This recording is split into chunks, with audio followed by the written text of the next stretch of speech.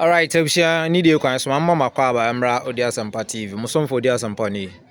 Twidi ampo bi kwan ni nyina hwe enwi dem gidi se ho eye. Odoman kuma daruma nteme so me ho odin. In fact, UN speech eye 80th one speech na. Yen President His Excellency John Dramani Mahama ekoye no. Okodi nkomo ahodo bebre. Esan se minifie nti ma yeseme ho live program na ya baba ni nsem ne mo nkofo egbo na ba so say in fact wakasa waya ade bi mada waye kukudrofo but to me and that's the fact of the matter onye hwe there's just two or 1 point be and a bia obema no credit on and we enye first in African leader can be ya kan it's time you hear action.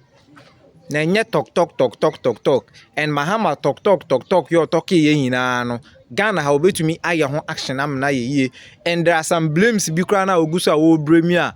It is still even happening internally in this our dear mother nation Ghana. Na aye Farouk Wahab ye nyina ye nim hawa man we nim die mu edo esi efa waba ababedi nkomo ede afa His Excellency John Dramani Mahama speech omaye no eho ena efe nso no Israel ambassador to Ghana ono so ababa respond to His Excellency John Dramani Mahama allegations o make on Israel any Gaza omo entokwa no eso no in fact wa kan sem bebre say yen president ebehwe pictures ahodo any videos ahodo behu na ode ajeje dia and then now we mistake yes omunim se ne ekoso no ne fa be no ntwa yi nanso na wase ye bisa se hwan ene kofa asa ne ma we nyina ede ebae abusia ahayo Odia Sampa TV wadawo ma onya subscribe to channel na mesro ni die kwan so subscribe so obo subscribe button no so a bo modern abo all se ne be ya me ba live me post short and as a long program on sabeka be no ahwe wo hwe bia ma me hu adwenkyere wo comment section no ase wonom efe mesro ebia na me no ka say yare bi how ope pure organic herbal remedy dia enfo wani nkyere ba bia Odia Sampa spiritual and herbal center me ani the CEO number na gu ase on fa na frame be hu ko ya be fa so na aboa yenko enkoti Farouk Wahab ensem okan ewi a e ba bai ambassador to Ghana for Israel enso ensem no mu e de amount. President John Dramani Mahama talked about a number of things, but I mean, first of all, before we get into the breakdown of the issues he discussed, first of all, 80 years on, United Nations General Assembly, would you say Africa, Ghana has been a beneficial of these successive congresses that we've held in the past? Well, I mean, one would say that yes, they've achieved a lot of, let me call it some heights. But then it has grown to become more or less gradually and increasingly a weaker organization as it used to be before, comparatively. The reason being that some bigger nations, more or less, they've started and began swallowing UN. UN has become just, let me call it, an existing tool, an organization ordinarily, which has put the whole world together. Undoubtedly, they have achieved some goals, some aims, but greatly, I think the organization 80 years stresses very bad situation as compared to when, since its inception or some 20 years ago. Reason being that some countries disrespect the UN with impunity, and the UN is biteless, they can't bite. A lot of countries have taken unilateral decisions and went their way and did a lot of things UN could not until now. And then UN itself is also meddled itself with selective, call it, either selective justices or certain countries are pampered babies, which are used either as cash cow for the UN itself, or some countries are being taken as UN's pampered kids, whereas others are completely are not in the books of the UN. So if you look at it from that angle, you put it up in summary form, I would say that UN has not lived to the expectations. 80 years, one would have seen the maturity of a man born 80 years, the sense and then also the wisdom. So if at 80 years, if not sickness. And a father or a man in 80 years right now, you realize that maybe his thinking abilities, everything becomes, that is compared to the human structure in human body and mental retardedness. So let's look at an organization which increasingly are developing methods, creating wild and extra more commissions, creating offices, commission upon commission. UN used to have umbrella groups, about 6. The UNICEF, the UNHCR, the FAO, the UNDP, the major ones. But now that one would say that we have gotten a lot of umbrella groups that are supporting the UN, that should make the work more efficient. Look at the Medicine Sans Frontières, look at a whole lot of international organizations that are directly working on the UN. That is not the UN that one should be seeing. This is not the UN that all over the world. There's fight everywhere, started everywhere. So for me, in summary, UN 80 years, it's weaker than 50 years ago, weaker than 20 years ago. Increasingly depleting its strength and then its authority on countries. And very soon, in the next 5-10 years, if it goes like this, I'll be very much afraid if even the United Nations General Assembly, one is called and any country will respond.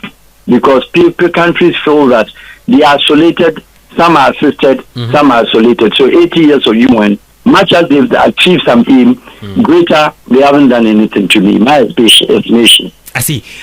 President Mahama condemned the humanitarian crisis in Gaza and the denial of visas to Palestinian leaders.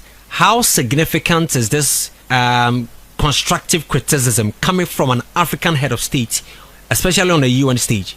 You see, if I were to be on the podium, ideally I was invited to go to the Vanuatu delegation. Unfortunately, I couldn't make it. Okay. Every year I go on the strength of Vanuatu or the Pacific nations, and I go into the chamber.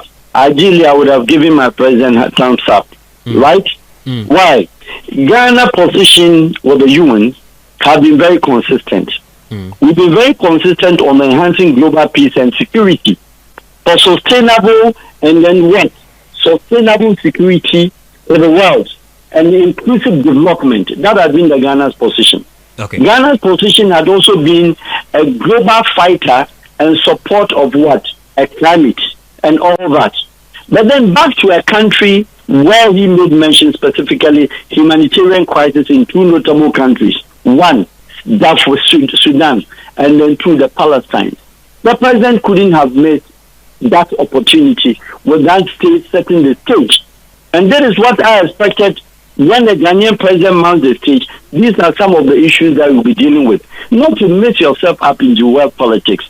As happened, the last UN General Assembly attended by the former president, His Excellency Nana Addo Dankwa Akufo-Addo, where he declared and made a statement which actually didn't receive any applause, that Ukraine and Russia, every bomb that hit on Ukraine target affects the pocket of Africans. Okay. But he didn't do the reverse entry that any Ukrainian bomb that hits on target of Russia also increases or enriches the African's pocket. So you look at the dynamics. You don't go out. The president was very direct on the African issue. And the African issue, why he worked amidst catastrophic humanitarian situation over Palestine, for instance. He first mentioned of Sudan. Then he brought in Palestine because Palestinian state was recognized by the African Union. And for that matter, Ghana was the strength behind all this. And we gave Yasser Arafat an honorary member of the African Union, whereas it has no other organization. So ideally, it is incumbent on the neck of every Ghanaian president to make mention of anything. Let us not forget, since the inception of UN and since Ghana joined the UN in 1957, we've had the chance to be members on the UN Security Council. We've been there between 1962-63. We were a member for 2 years. We've been there 1986-87, 2006 and 2007, and then lastly was 2002, 2023, 2022. Look at when Ghana, Madam Ayoko, or His Excellency, the President of the Republic, made mention of 2-state solution for, what's the name, Palestine and then Israel. Israeli ambassador in Ghana here warned Ghana president over utterances, as he refers it, which is not acceptable. But I think President Mahama, he has done me a great job, and he has really posited Africa on a very respectful listen, because most Africans would dare not even touch that dial, especially on the soil of the United States. And for that matter, if the president sets the tone for the African to discuss about it, he is saying that yes, there is selective with regard to the situation. But currently, as we speak, the biggest refugee exodus inland displaced people in Sudan, over 12 million. Look at it from that angle. What has UN done? Virtually nothing. UN is doing nothing about it. No other country is doing about it.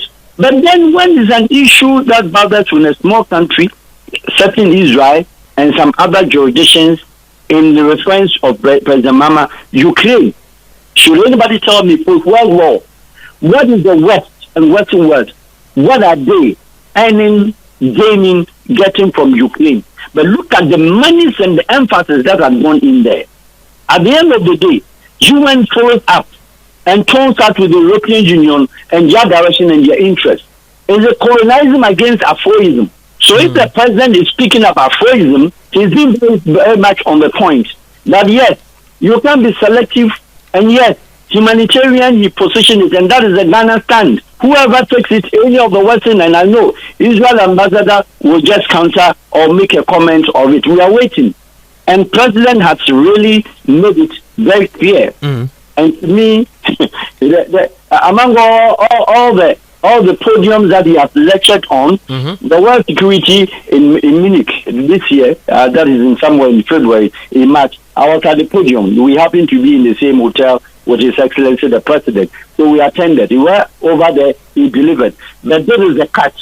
Telling the Western leaders from the face, something most African leaders will not do. That you cannot do that.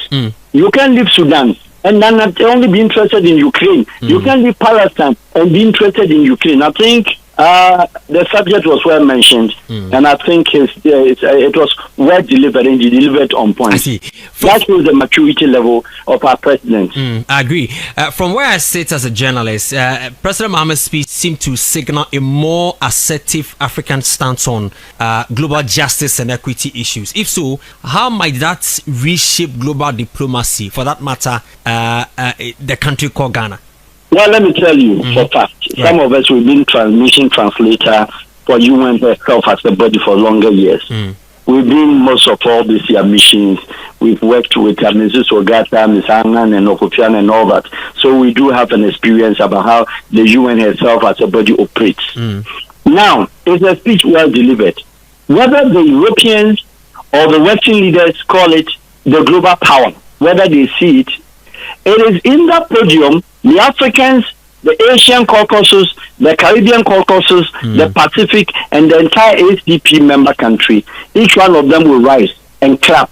Are you getting me? The Europeans, fine. The non-aligned ones or the liberal governments within Europe, not the Christian Democrats or the far-right government, they would all clap. But as to that should be initiated, put that one into commitment. That initiative being put into commitment, that is just a question mark. Because Guterres himself, who listen, they don't listen to him. Americans don't listen to Guterres. UK, British don't listen to him to some extent. Even imagine a global power, no other country like a superpower like France. I believe you've heard how the French President Macron was being treated on the streets of New York, like any ordinary, sorry to say, ordinary person, with disrespect and impunity. So in such messages, while you can drum home, as the president has done it, but shaping or changing the global or have any dynamics to do with the global politics or the shape of direction of the UN, at the end of the day, I can still tell you that in as much as we have only 6 permanent Security Council members, and then 3 of them strongly they are having a veto power to veto anything, and then they are also having the right, also maltreating countries that they feel they can, and also taking unilateral decisions against the wish and the will of UN. It continues to be as such. Yes, he has done well. The Africans must unite together strongly once more and present herself on the global platform, interface with the UN, which to me when you meet them or you see them at the podium, the power is a bit less. Why? But we having the biggest continental level in terms of participation and the 183, 190 countries with flags. Yeah. The bloc is Africa. 56 nations are in there. 54 solid members, except St. Anthony and some few countries that haven't got the magnitude to be members of the UN. Even with that, they recognize some of the UN charter and resolutions, etc. But a membership of 54, how is the size of the whole Europe? 48 members, the whole Europe. How many Asia? How many does the Caribbean and etc. bring on board? Australia, the Oceania. How many members do they bring on board? We are the strongest. So if it comes to decision, I've mentioned that the UN herself as a body is very biased, without any reservation, without anything. Because one, block the whole Africa. Something Gaddafi has ever raised it on the podium. Nelson Mandela has ever raised it before. Kwame Nkrumah then at that time raised it. And then some few Pan-Africanists have raised it. Look, we are not members, we don't have a permanent member with the UN Security Council. Who are the permanent? The United States, the United Kingdom, and then the France, the China, the Russia, and then I think now the India. So if these are permanent, where is the African continent represented? We only call him as an honorary member for 1 year or 2 years, and even with that, when we have the chance to chair the Security Council, none of our message is being taken. Even at the time Mr. Kofi Annan, no African had the chance to be what? To be a security member. Whereas we have Boutros Ghali, Mr. Kofi Annan succeeding one after another, all African UN Secretary Generals. We couldn't be present. So what I'm saying is that there should be a strong proposal for the entire continent to say that, look, we are also a superpower. When you put us one in a block. So Africa, we don't need to be called 2 years. That Ghana comes 2 years, you come, you bring Gabon. And cleverly what they do, anytime they will select an African party, African country to be part of a temporary, call it an honorary membership or temporary member of the UN Security Council, they normally will peg that African country against another when they are voting. The one that Ghana won 2022, Ghana will start against Gabon, Albania, and Brazil. Look at how they did it. They pick Europe, they pick South America, and then they pick two Africans, fight with each other. It doesn't work. So Africa must have a confrontational stand and tell the UN that we are also 56. We don't want any individual country. We represent as one bloc. Africa must have a permanency with the UN Security Council. I see. When it happens like that, then we'll be able to fight for Sudan. We'll be able to fight for Congo. We'll be able to fight for individual countries because we can also take decisions on the table of the Council of the Security. But in a situation where they meet, and it's always west-west, France, America, and UK decision is what is taking. French, the Chinese, and the Russians, they cannot veto anything. So it just go on the right side, and all the South Africans left off hook, and we are left just alone. In my view, messages like that from President Mahama should rather ignite the OAU, that is the African Union, for them to do more and have one unified state, devoid of any Western influences, and present African continent as one member. If we happen to be there, there will be a lot of things that could be solved as far as the UN Security Council and the world policy and the world order as well is concerned. After the UN Security Council and the UN Secretary General, there's nothing they could do for any country in Africa. Fantastic. And I'm glad that you've talked about what the African Union can also do. So, I mean, from what President Mahama talked about, I mean, no wonder he received applause from union members. It suggests that the UN is ready to take some reforms to reshape the UN 80 years on. What do you think, or what reforms would you suggest to us here in Africa, especially the African borders, the African Union, to also deal with some of these matters, conflicts, economic instability, political instability, and all that? Look, because I understand the UN system very much, because the food that I eat, since I was 20 years, 21, I've been with their system, so I understand what it is. Okay. Look at it from the dynamics of contributions to the UN fund. Yes, America says yes, we contribute more according to the sizes of economy of countries. But let us not forget that when you box all those things together, because America cannot so that is why they have a fair share and greater things that they do, unilateral decisions, UN cannot talk. But come to terms with countries like Peru, the Latin America, Peru, El Salvador, San Salvador, name them. Are you getting me? Colombia and all that. Their contribution has nowhere close to the Latin Central American countries. Okay. Their contribution doesn't come anywhere closer to Africa. UN greatly, their contribution quota on the neck of every country. When you put it together, 56, 54 African countries, our contribution is very much, very big. But when it comes to humanitarian crisis, look at UN's responses. Look at UN's responses to Liberia during the genocide. When even the American president, Jimmy Carter, at that time, had stepped forward that he wanted to move and solve the problem of Liberia. And he even wanted a special envoy to oppose because he understood the story of Africa and for them at Liberia. UN left him alone. The man fought alone without the assistance and the support. Yes, when Liberia at the same time, when Rwanda at the same time, and the Yugoslavia war broke out. Look at the world response. How the British, how the Americans, how the French, all of them in the breakaway Republic of Yugoslavia against Serbia. That they claimed that Serbia was maltreating Kosovo Albanians, Montenegro, Dubrovnik, and all things. The Srebrenica uprising, Sarajevo uprising, the massacre. Look at the response of Europe. Look at the response of the United States of America. Look at the response of France. All of them were there in no time.